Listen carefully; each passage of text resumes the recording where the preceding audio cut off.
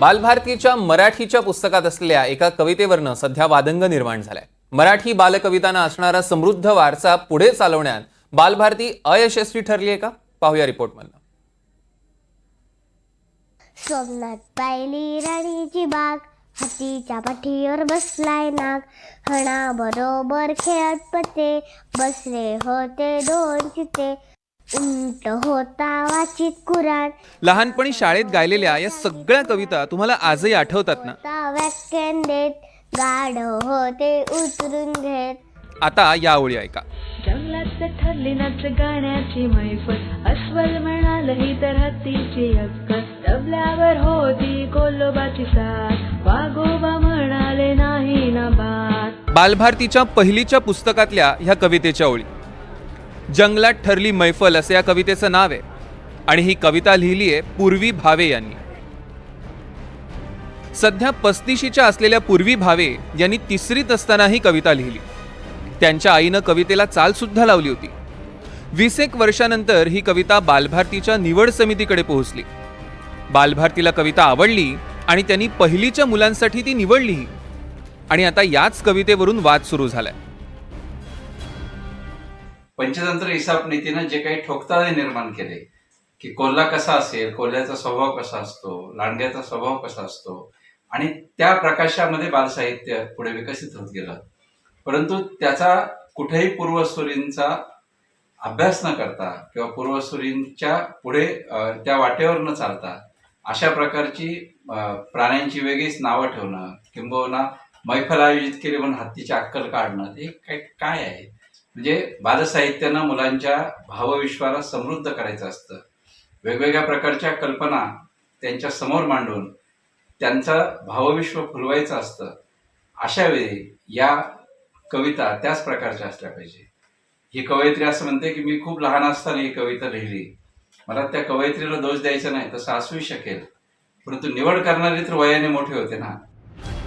जंगलातील प्राणी आणि वाद्यांची ओळख व्हावी म्हणून ही कविता लिहिली होती असं पूर्वी भावे यांनी आपल्या एका फेसबुक पोस्टमध्ये लिहिलं होतं।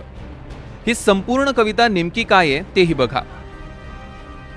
जंगलात ठरली नाचगाण्याची मैफल, अस्वल म्हणाले ही तर हत्तीची अक्कल, तबल्यावर होती कोल्होबाची साथ, वाघोबा म्हणाले नाही ना बात, पेटे मी किती वाजवतो सुंदर, हसत हसत म्हणाले साळींदर, गुंडू पांडू लांडग्यांना तंबोऱ्याची हौस, संतूर वाजवू म्हणाले चिकी मिकी माऊस, मुंगीने लावला वरचा सा, आवाज आवाज ओरडला ससा, ठुमकत नाचत आला मोर, वन्स मोर झाला शोर। या कवितेतील भाषेवरही अनेकांचा आक्षेप आहे। पहिलीतील विद्यार्थ्यांच्या कवितेत शोर, माऊस, वन्स मोर यासारख्या हिंदी आणि इंग्रजी शब्दांच्या समावेशाला अनेकांचा आक्षेप आहे। कवितेतील अर्थापेक्षा फक्त यमक जुळवण्याचा अट्टहास असल्याचा अनेक शिक्षकांचा दावा आहे। या कवितेच्या एकूणच प्रतिभेवर सुद्धा प्रश्नचिन्ह उपस्थित केले जात आहे आणि इतकं कमी प्रतिभामूल्य असलेली कविता निवडताना बालभारतीने नेमके काय निकष लावले हाही सवाल पालकवर्ग उपस्थित करतोय। ही कविता अभ्यासक्रमाला लागून 6 वर्ष झाल्यानंतर जर आता तिच्यातल्या चुका दिसत असतील तर काय दर्जाचे अभ्यासक्रम, आणि हे मागचं सरकार आहे। 2018 मध्ये ज्यावेळेला विनोद तावडे हे महाराष्ट्राचे शालेय शिक्षण मंत्री होते त्या काळातला हा अभ्यासक्रम आहे।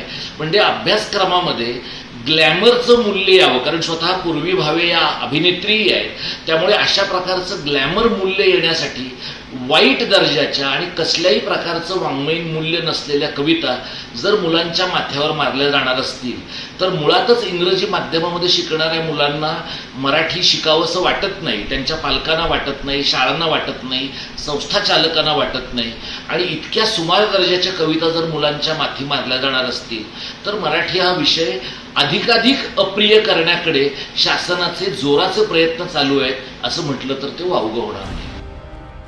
पूर्वी भावे या सध्या निवेदिका, नृत्यांगना आणि अभिनेत्री म्हणून काम करतात। या सगळ्या वादाबाबत त्यांचं काय म्हणणं आहे हे जाणून घेण्याचाही आम्ही प्रयत्न केला, मात्र त्यांनी काहीही बोलायला नकार दिला। भारतीनेही कॅमेरा समोर येऊन या विषयावर काहीही बोलणं टाळलंय।